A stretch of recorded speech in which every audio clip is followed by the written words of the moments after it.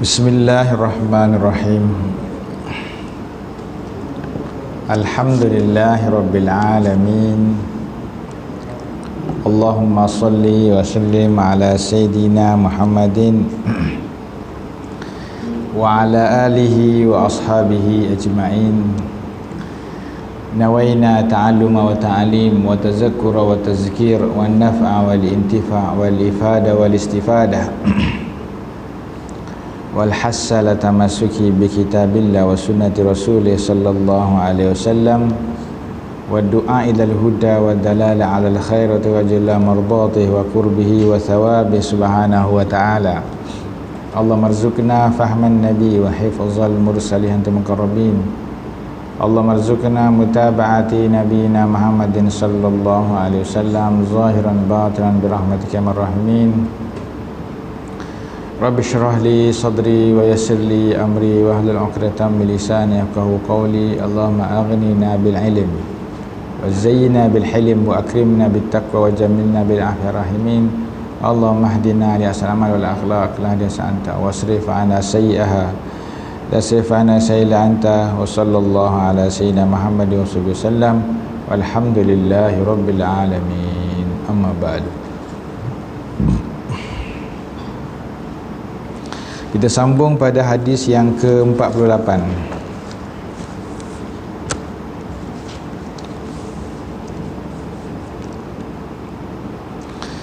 An Abi Hurairah radhiyallahu anhu an Rasulillah sallallahu alaihi wa alihi wa sahbihi wasallam qala inna lillahi tis'atan wa tis'ina isman man ahsaha dakhalal jannah. Daripada Abu Hurairah radhiyallahu anhu, daripada Rasulullah sallallahu alaihi wasallam, beliau telah bersabda yang artinya, sesungguhnya Allah Subhanahu wa taala mempunyai 99 nama. Barang siapa yang menghafalnya maka akan memasuki syurga. Baik. Hadis ini menceritakan tentang kelebihan berdoa kepada Allah Subhanahu wa taala dan menceritakan tentang keluasannya Allah Subhanahu wa taala yang boleh kita ketahui daripada nama-namanya Allah Subhanahu wa taala. Kata Nabi sallallahu alaihi wasallam, inna lillah, sungguhnya pada Allah itu mempunyai tis'atan wa tis'in, 99 nama. Dalam ayat yang lain yang menguatkan tentang hadisnya ini, Allah menyebutkan walillahil asmaul husna, dan pada Allah itu ada nama-nama yang baik. Daripada nama-nama Allah itu yang menceritakan tentang sifatnya Allah Subhanahu wa taala, Ar-Rahman, Ar-Rahim, yang maha pengasih, penyayang, yang maha mengetahui, yang maha lembut, yang maha perkasa, yang maha membalas. Daripada nama-nama itu, kata Allah, kata Nabi SAW, man ahsaha, siapa yang menjaganya. Yang termasuk daripada menjaga di sini, yang kata Nabi SAW, dakhala jannah, dia akan masuk syurga. Antara makna kepada menjaga di sini adalah, ya, ini berdoa kepada Allah Subhanahu wa taala dengan menyebut daripada namanya Allah Subhanahu wa taala. Antara makna menjaga di sini juga yang dijamin daripada syurganya Allah Subhanahu wa taala oleh Nabi kita Nabi Muhammad sallallahu alaihi wasallam adalah kita ini sentiasa menjaga perbuatannya kita, sentiasa merasakan dengan kebesarannya Allah Subhanahu wa taala melalui sifat-sifat yang ada pada Allah Subhanahu wa taala, yang maha melihat, yang maha mengetahui. Jadi kalau dia menggambarkan, merasakan dengan kebesarannya Allah Subhanahu wa taala dengan sifat-sifatnya pada setiap waktu, maka pastinya dia tidak akan berani untuk bermaksiat kepada Allah Subhanahu wa taala, dan pastinya dia akan sentiasa berusaha untuk memperbanyakkan daripada amal-amal kebajikannya, dan pastinya dia akan sentiasa memperbaiki ibadahnya kepada Allah Subhanahu wa taala. Jadi dengan merasakan dengan sifat-sifatnya Allah, dengan merasakan dengan kebesarannya Allah Subhanahu wa taala yang maha luas rahmatnya, yang maha luas pemberiannya, yang maha luas balasannya, yang maha luas pengetahuannya, yang maha luas keampunannya,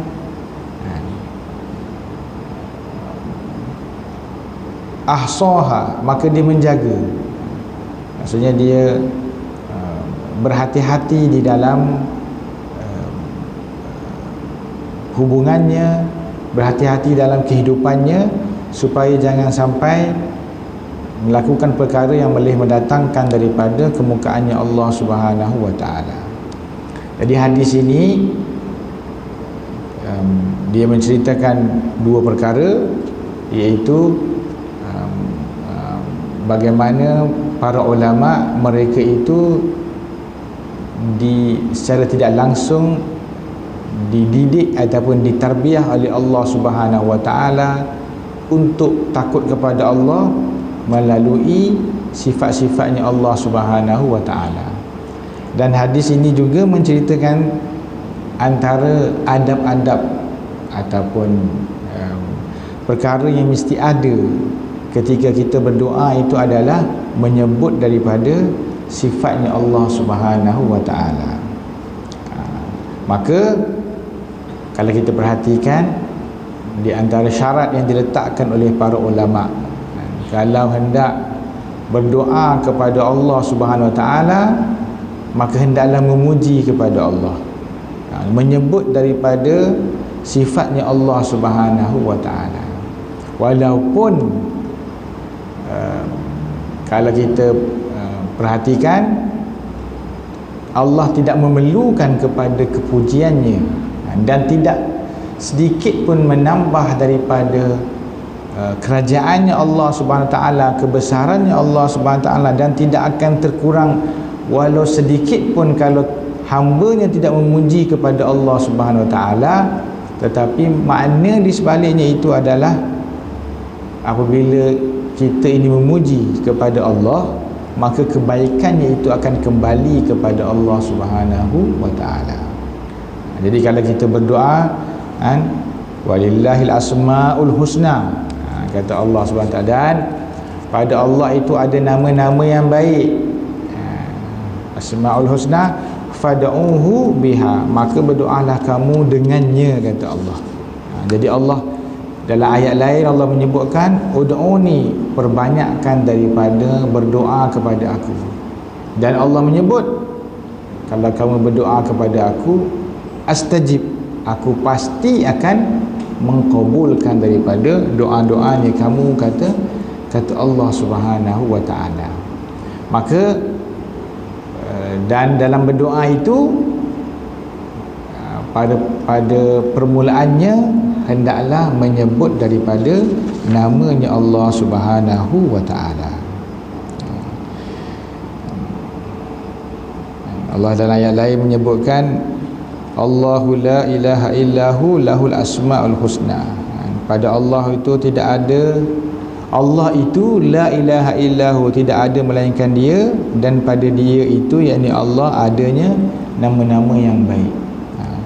Maka sebab itulah para ulama mengatakan setiap hari kita hendaklah berdoa kepada Allah Subhanahu Wa Taala dengan Asmaul Husna. Walillahil Asmaul Husna. Kerana dalam dalam ayat ini menunjukkan bahawa kalau kamu nak berdoa, mestilah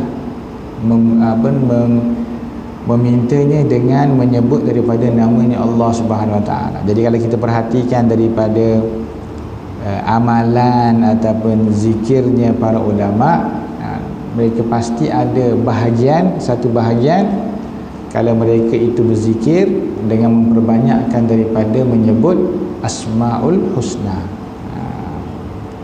Jelas. Jadi orang yang terutama sekali pada akhir zaman ini, yang banyaknya manusia itu telah hilang ikatannya dengan Allah Subhanahu Wa Taala, telah hilang kebergantungannya kepada Allah Subhanahu Wa Taala, maka lebih utama untuk kita ini mengikat diri kita dengan Allah Subhanahu Wa Taala melalui memperbanyakkan daripada berzikir, menyebut daripada nama Allah, semoga ada ikatan dan kebergantungan dan tawakal itu dan ridha itu adalah kembali kepada Allah Subhanahu Wa Taala. Baik, kita pergi kepada hadis yang ke 49. Hadis yang ke 49.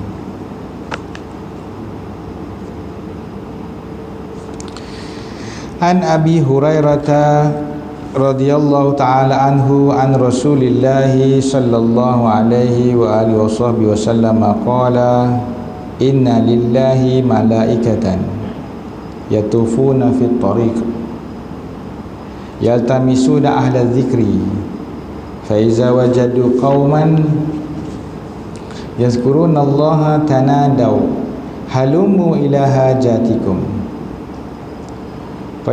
fayahuffunahum bi ajnihatihim ila sama'i dunya qala wa yas'aluhum rabbuhum wa huwa a'lamu minhum ma yaqulu ibadi qala yaquluna yusabbihunaka wa yukabbirunaka wa yahmadunaka wa yumajjidunaka yaqulu hal ra'awni fayaquluna la wallahi ma ra'awka qala fayaqulu kaifa law ra'awni qala yaqul law ra'awka kanu ashadda laka ibadatan wa ashadda laka tamjidan wa aksara laka tasbihan qala yaqulu fama yas'aluni qala yas'alunaka jannah qala yaqulu wa hal ra'awha qala yaquluna la wallahi ya rabbi ma ra'awha qala yaqulu kaifa law annahum ra'awha qala yaquluna law annahum ra'awha kanu ashadda 'alayha hirsan wa ashadda laha talaban wa a'zama fiha raghbatan qala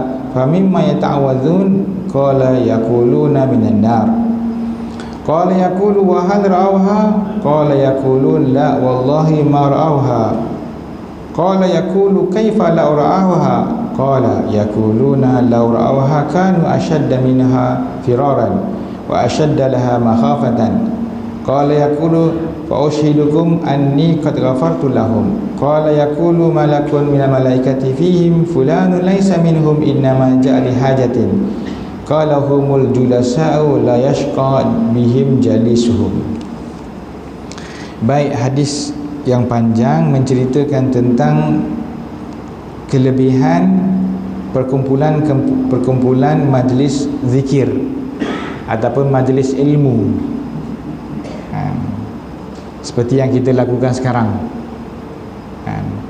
Majlis zikir itu, kata Nabi SAW, iza marartum biriyadil jannah, kalau kamu melewati kepada taman syurga.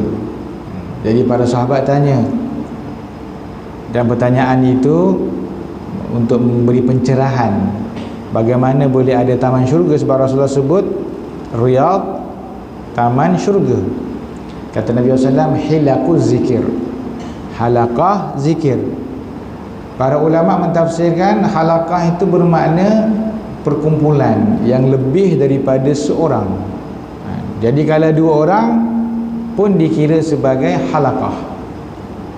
Zikir maksudnya mengingati kepada Allah. Sama ada mengingati itu dalam 2 keadaan. Yang pertama dalam keadaan berzikir pada, seperti kita membacakan Yasin, tahlil, beramai-ramai berzikir pada Allah, ataupun tadarus Al-Quran, seorang membacakan yang ramai mendengar. Ataupun majlis zikir itu adalah seperti satu orang mengajar, yang lain mendengar. Satu orang mengajar, yang lain mendengar. Di dalam hadis yang lain, Rasulullah pernah menghadiri ke Masjid Nabawi. Ketika itu ada 2 majlis zikir. Itu satu majlis beramai-ramai berzikir kepada Allah SWT, satu lagi majlis satu orang mengajar, yang lain mendengar. Rasulullah mengatakan kilahuma khair, dua-dua ni baik. Tapi antara keduanya mesti ada yang satu lebih baik daripada yang lain. Maka Rasulullah mendatangi majlis yang satu orang mengajar, yang lain mendengar, menunjukkan bahawa majlis itu lebih baik daripada majlis berzikir ramai-ramai. Tapi bukanlah merendahkan dan menafikan kebesarannya, kelebihan kepada majlis berzikir beramai-ramai. Jadi macam mana pun hadis yang kita bacakan ini adalah meliputi kedua-duanya. Sama ada majlis berzikir beramai-ramai seperti bacakan Yasin dan tahlil itu, ataupun majlis zikir iaitu membaca, seorang mengajar dan yang lain mendengarnya. Termasuk selagi mana ianya adalah mengingati ataupun kembali menyebut nama Allah ataupun menyebut daripada namanya Rasulullah sallallahu alaihi wasallam. Baik, dalam hadis ini diriwayatkan daripada Abu Hurairah. Rasulullah SAW beliau telah bersabda, artinya sungguhnya Allah memiliki para malaikat yang selalu mengelilingi bumi untuk mencari majlis-majlis zikir, majlis ilmu. Jadi malaikat ini bilangannya banyak. Malaikat ini bilangannya banyak, tak diketahui melainkan Allah. Dan mereka itu punya tugas tertentu. Tugasnya tertentu. Antaranya adalah yang ditugaskan oleh Allah Subhanahu wa taala mencari majlis-majlis zikir,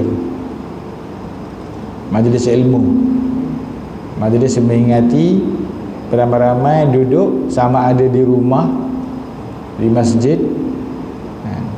Sebelum ini kita hanya terhalang untuk majlis zikir di masjid, tapi tak terhalang untuk menghidupkannya di rumah. Berkumpul bersama anak-anak, bersama isteri, dibacakan daripada Al-Quran, ataupun seperti amalannya para ulama juga, mereka bertadarus kitab. Tadarus tak semestinya Al-Quran saja, terkadang mereka tadarus kitab, iaitu seorang membaca, yang lain mendengar. Si ayah baca, ibu anak dengar. Kemudian tu ibu baca, ayah anak-anak dengar. Baca apa-apa sirah, baca hadis, 40 hadis Imam Nawawi, ada apa-apa hadis Riyadhus Shalihin dibacakan. Hanya kalau mampu untuk mengupasnya, kupas sedikit. Kalau tak mampu, hanya sekadar baca untuk mendapatkan kelebihannya majlis zikir, kelebihannya taman syurga, kelebihan didatangi oleh para malaikat. Jadi dalam hadis ini Rasulullah menyebut malaikah, sejumlah malaikat yang turun mencari. Jadi kalau rumah kita hidupkan begitu. Sekarang ini pun kita dalam keadaan begini, yang termasuk dalam hadis ini. Kita ini dikelilingi oleh para malaikat. Cumanya Allah tidak membuka mata kita boleh melihatnya. Seperti mana dalam Al-Quran menyebutkan ladaihi raqibun atid, pada ketika kita ini sekarang, selagi mana kita punya nyawa, maka malaikat raqib dan atid tu ada. Dia pengsan ke, dia tidur ke, dia pitam ke, malaikat itu ada. Tapi kalau nyawanya telah diambil oleh Allah, maka malaikat itu akan naik membawa amalan kita kepada Allah Subhanahu wa taala. Tetapi tidak diperlihatkan. Tak diperlihatkan. Kerana apa? Kerana para ulama mengatakan disembunyikan supaya kita ini beramal. Kalaulah kita boleh melihat ada orang mencatat perbuatan kita, Raqib itu mencatat. Yang sekarang ni ada di kanan kita ni mencatat kita berada dalam majlis ilmu, i'tikaf dalam masjid, dicatat, ditutup oleh Allah. Kerana kerana dikehendaki di hujungnya, iaitu segala amalan itu biarlah kerana Allah Subhanahu wa taala, bukan kerana ingin dicatat, bukan kerana ingin melihat kepada pahalanya yang diberikan oleh Allah Subhanahu wa taala. Apabila mereka, yang ini para malaikat, mendapati ada segolongan manusia berzikir kepada Allah Subhanahu wa taala, mereka akan berseru kepada malaikat yang lain, marilah ke hajat-hajat kamu. Para malaikat kemudian akan mengelilingi majlis tersebut dan menaungi mereka dengan sayap mereka sehingga sampai ke langit dunia. Ini hadis riwayatnya Imam Bukhari dan Muslim. Tak boleh ingkar. Tak boleh ingkar. Bila riwayat sahih Bukhari dan Muslim, bererti kedudukan hadis itu yang paling tinggi. Kitab yang paling afdal setelah Al-Quran adalah Sahih Bukhari dan Muslim. Kerana itu adalah perkataannya Nabi SAW. Tak ada kekurangan di dalam hadis tersebut. Jadi sama perbuatannya, sama keadaannya seperti kita sekarang ni. Dikelilingi oleh para malaikat, melebarkan daripada sayapnya sampai ke langit dunia. Keindahan dan sebagai pengiktirafan kepada apa yang kita lakukan. Kerana apa? Salah satunya adalah hadis ini nak menceritakan tentang sebagai pemangkin semangat kepada kita. Kerana para malaikat itu ciptaannya lain seperti manusia. Malaikat itu dia tak punya ngantuk, dia tak punya letih, dia tak digoda syaitan, dia tak diletakkan nafsu oleh Allah Subhanahu wa taala. Tak ada. Tapi kita ini manusia yang kita sebut tadi semua ada. Kita punya keluarga. Malaikat tak punya keluarga, dia tak ada urusan, dia tak ada fikir lepas ni nak buat apa. Dia hanya menurut. Allah kata sujud, sujud. Allah kata rukuk, rukuk. Allah kata mengelilingi majlis ilmu dan agama ini, Allah kata itu saja. Dia tak akan merasa letih, dia tak ada punya keluarga, dia tak akan tidur, dia tak akan makan, dia tak akan minum. Tapi kita punya segalanya. Itulah kata para ulama, itu yang menjadikan terkadang ahli sunnah wal jamaah mengatakan terkadang manusia itu lebih afdal daripada malaikat, kerana punya sifat tersebut, tabiat tersebut, tapi masih lagi mendatangi majlis ilmu, masih lagi datang. Jadi sebagai meridai, bergembira dengan apa yang kita lakukan. Rasulullah bersabda, maka Allah bertanya kepada malaikat yang setelah mereka pulang, menceritakan halnya kepada Allah, sedangkan Allah lebih mengetahui. Allah tahu apa yang kita buat. Jadi hadis ini adalah untuk pemberitahuan kepada kita. Manfaatnya tidak kembali kepada Allah. Allah tidak berhajat kepada majlis zikir ini, tapi kita yang berhajat. Allah bertanya, apakah yang diucapkan oleh hamba-Ku? mereka bertasbih, bertakbir, bertahlil, bertahmid serta mengagungkanmu. Allah para malaikat sebut mereka bertasbih. Dalam sembahyang, lepas sembahyang tadi kita subhanallah, subhanallah, subhanallah, alhamdulillah, bertakbir, Allahu akbar, Allahu akbar. Terutama sekali pada waktu ini 10 terawal daripada Zulhijjah ini. 10 terawal daripada Zulhijjah ini. Yang kata Nabi SAW, tidak ada amalan yang lebih disukai oleh Allah untuk kita menghidupkan melainkan pada waktu ini. Ditanya adakah lebih daripada orang yang berjihad pada jalan Allah? Kata Rasulullah, lebih lagi. Malahan Rasulullah menyebutkan lebih lagi daripada orang berjihad itu dan tak pulang. Maksudnya dia syahid dalam jihad tersebut. Kata Rasulullah, maka lebih baik lagi daripada, lebih besar lagi amalan daripada orang yang berjihad dan tak pulang. Siapa dia? Orang yang bertasbih, bertakbir, bertahlil, bertahmid. Jadi kita ni perbanyakkan pada waktu ini 10 terawal ini. Dari sebab itulah para ulama mengatakan hendaklah kita mempersiapkan. Jadi Allah memuliakan dengan menyebut walayalin ashr, dan orang yang menghidupkan daripada 10 terawal daripada Zulhijjah ini. Rasulullah menyebutkan dengan memperbanyakkan daripada amal soleh, antaranya tadi yang kita sebutkan, bertasbih, bertahlil. Dan berbetulan dengan hadis yang kita baca ini tentang para malaikat menyampaikan kepada Allah, padahal Allah itu tahu. Kita bertasbih, bertahlil, bertahmid, Allah bertanya, apakah mereka pernah melihatku? Jawab mereka, tidak, demi Allah mereka tidak pernah melihatmu. Lalu Allah bertanya lagi, bagaimana jika mereka melihatku? Para malaikat menjawab, seandainya mereka pernah melihatmu, niscaya mereka lebih giat beribadat kepadamu serta mengagungkanmu dan lebih banyak bertasbih kepadamu. Allah bertanya, apakah yang mereka minta daripadaku? Tadi kita tasbih ada, tahlil ada, tahmid pun ada, dan kita pun tutup dengan doa. Para malaikat menjawab, mereka memohon syurga darimu. Allah Subhanahu Wa Taala bertanya, apakah mereka pernah melihat syurga?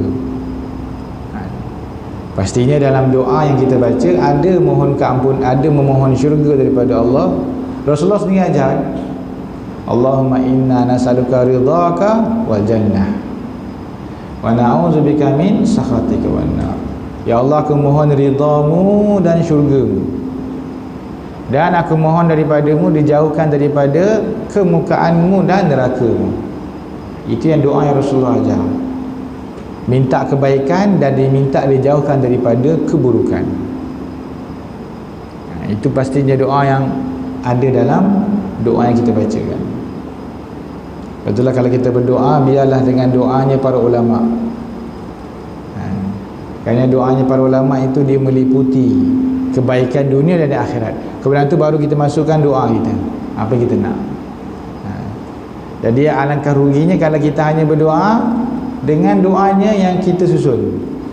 Itu pun baik juga, tetapi kebaikan lebih lagi kalau kita ini iringi ataupun mulakan dengan doanya para ulama, kemudian itu kita masukkan doanya kita. Mereka memohon syurga darimu. Allah Subhanahu Wa Taala bertanya, apakah mereka melihat syurga? Pada malaikat menjawab, tidak, demi Allah mereka belum melihatnya. Allah bertanya, bagaimana seandainya mereka melihat kepada syurga? Pada mereka menjawab, tentunya mereka lebih kuat berusaha mendapatkannya, lebih kuat permohonannya dan lebih bersungguh-sungguh mahukannya. Jadi itu kata para ulama, kalau kita ingin masuk syurga yang benar, maka di dunia ini perbanyakkan melangkah ke taman syurga. Rasulullah sebut ni taman syurga.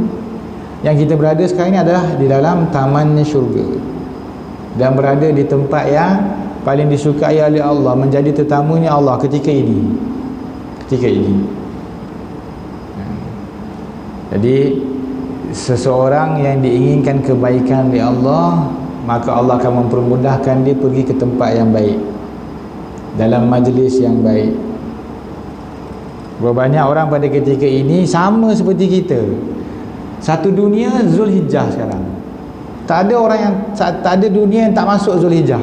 Tak ada. Satu dunia Zulhijjah sekarang. Tapi ada yang tak tahu. Maka yang tak tahu itu Allah tak inginkan kebaikan kepada dia. Ataupun ada yang tahu, tapi dia tidak menghidupkannya. Jadi yang mendapat kebaikan oleh Allah Subhanahu Wa Taala adalah orang yang disampaikan dan dia tahu dan dia mengamalkannya.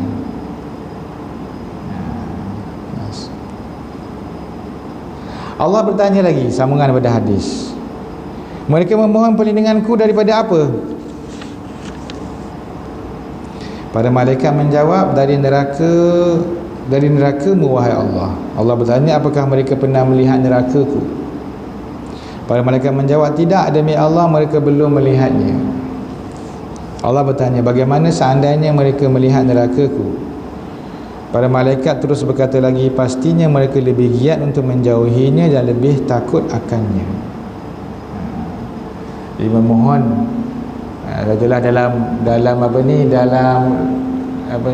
hadis Rasulullah menyebutkan, memohonlah daripada Allah, jauhkan daripada neraka lepas subuh dan lepas maghrib.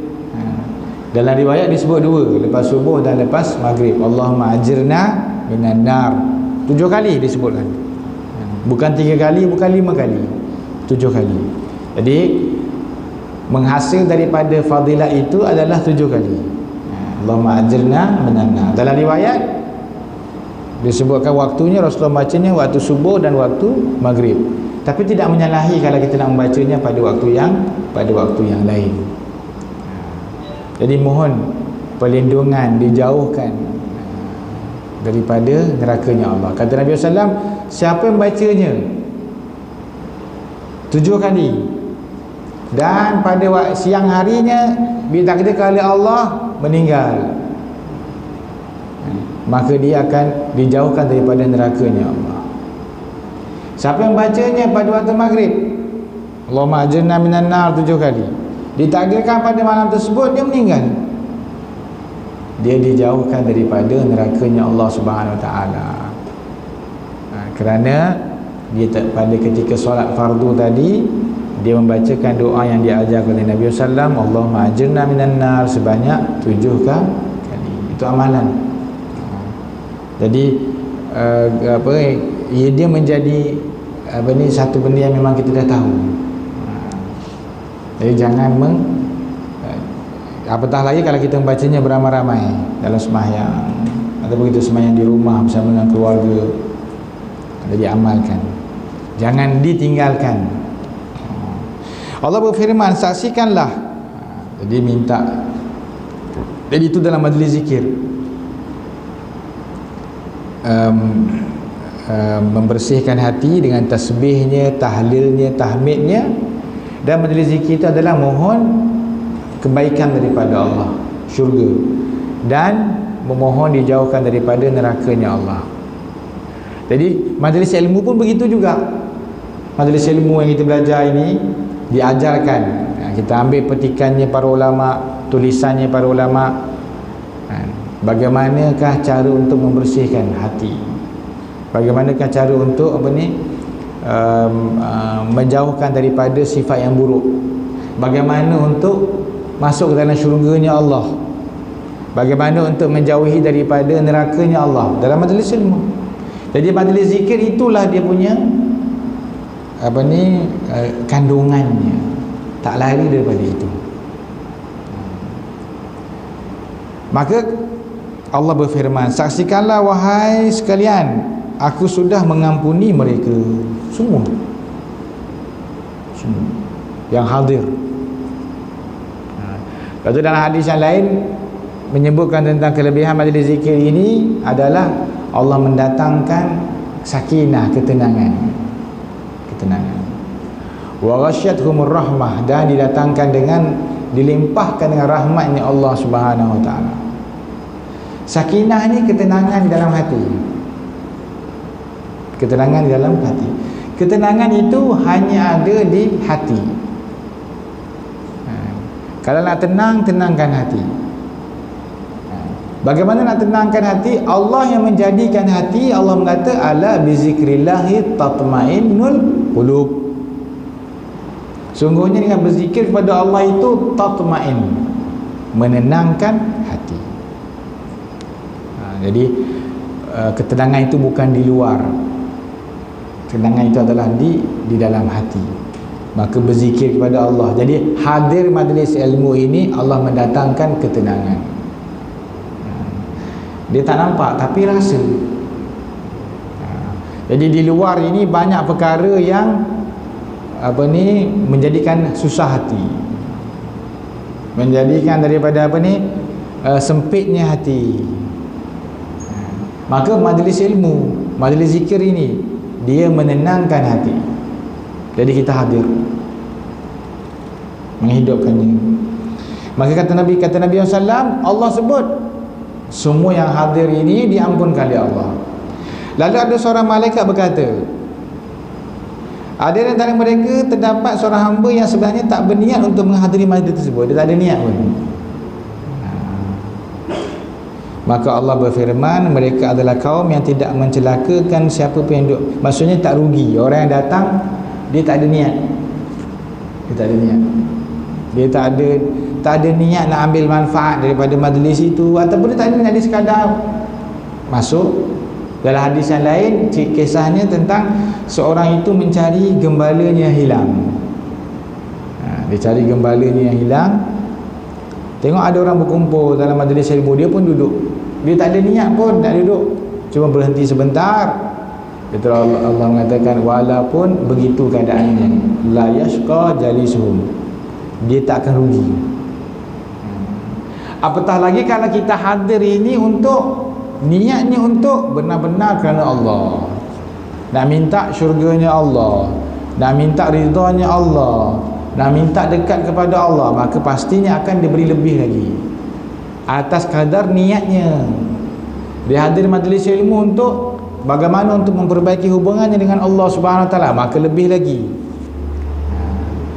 Ini yang kalau istilah kita kata dia datang tertidur. Datang majlis ilmu tertidur, dapat dia, tak akan rugi. Dia datang akan bertambah takutnya kepada Allah. Kerana di luar banyak perkara yang boleh menjadikan dia hilang takutnya kepada Allah. Dia akan bermaksiat, dia akan terjerumus dalam maksiat. Datang majlis ilmu, hatinya akan takut lagi pada Allah. Bila dia keluar lagi, rasa takutnya ada, dikikis sedikit untuk bermaksiat kepada Allah. Baik, kita masuk kepada hadis yang ke-50, hadis yang terakhir. Lepas ni insya-Allah kita akan masuk kepada kitab yang baru. Riwayat Imam Bukhari dan Muslim, an Jabir bin Mut'am radhiyallahu ta'ala anhu an Rasulullah sallallahu qala inna li asma'an ana Muhammad wa ana Ahmad wa ana Mahi allazi yanhullahu bi al-kufra wa ana Hashir allazi yashurun nasu ala qadamai wa ana Aqib allazi laisa ba'dahu ahad wa qad sammahu Allahu raufan rahima. Daripada Jabir bin Mut'am daripada Rasulullah SAW, beliau bersabda, artinya sungguhnya aku memiliki nama. Rasulullah ni ada banyak nama. Maksudnya dalam kitab-kitab terdahulu pun Rasulullah telah disebut.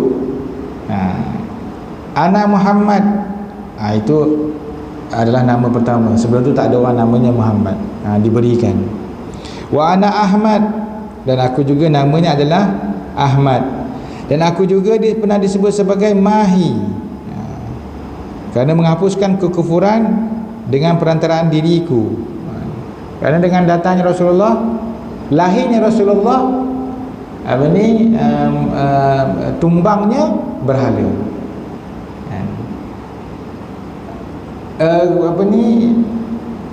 Apabila Rasulullah menakluk balik daripada kotanya Mekah, baginda menjatuhkan berhala-berhala yang berada di kelilingnya Kaabah. Jadi disebut sebagai Mahi, yang menghapuskan kekufuran. Wa ana hasyir, dan aku adalah hasyir, yakni orang-orang akan berkumpul. Mahsyar itu tempat berkumpul, hasyir itu orang-orang akan berkumpul, umatku akan berkumpul di bawah aku. Wa ana aqib, dan akulah aqib. Aqib ni penutup bagi segala nabi. Dia ada nabi dah setelah aku. Yang paling bongsu, yang paling terakhir, tetapi yang paling afdal. Laisa ba'dahu ahad wa qad samahu Allah, dan aku juga mempunyai sifat yang lain, itu sebagai raufun rahim, dan aku juga adalah sangat berbelas kasihan dan sangat penyayang. Laqad ja'akum rasulun min anfusikum, dalam ayat itu telah datangkan seorang nabi min anfusikum, seperti kamu, seperti kita, yang bukan daripada malaikat. Yang di mana ayat tu Allah menyebutkan tentang sifatnya nabi, di akhirnya raufun rahim. Dialah yakni Allah rauf, sangat berbelas kasihan, dan rahim, sangat penyayang. Sentiasa mendoakan kepada kita, sangat cinta kepada kita, melebihi cinta seorang ibu kepada anak. Jadi kita beruntung kerana punya nabi yang mencintai kita sebelum lahirnya kita, dan punya nabi yang sangat sentiasa mendoakan kepada kita, setiap malam mendoakan kepada umatnya. Jadi moga-moga kita menjadi daripada orang yang membalas kecintaannya Nabi SAW, iaitu dengan mengambil ajarannya Nabi, berakhlak dengan akhlaknya Nabi SAW, dan memperbanyakkan ibadah kita kepada Allah Subhanahu wa taala.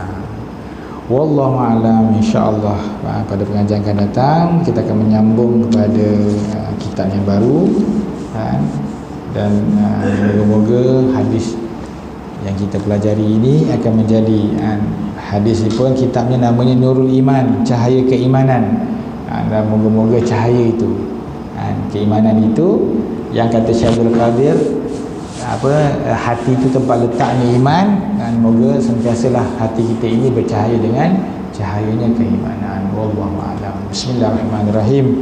Alhamdulillahirabbil alamin, wa sallallahu wasallim ala sayyidina Allahumma rabbana atina rabbana hab lana min azwajina Allahumma rizqna wa tabaati nabiyina Muhammadin sallallahu alaihi wasallam.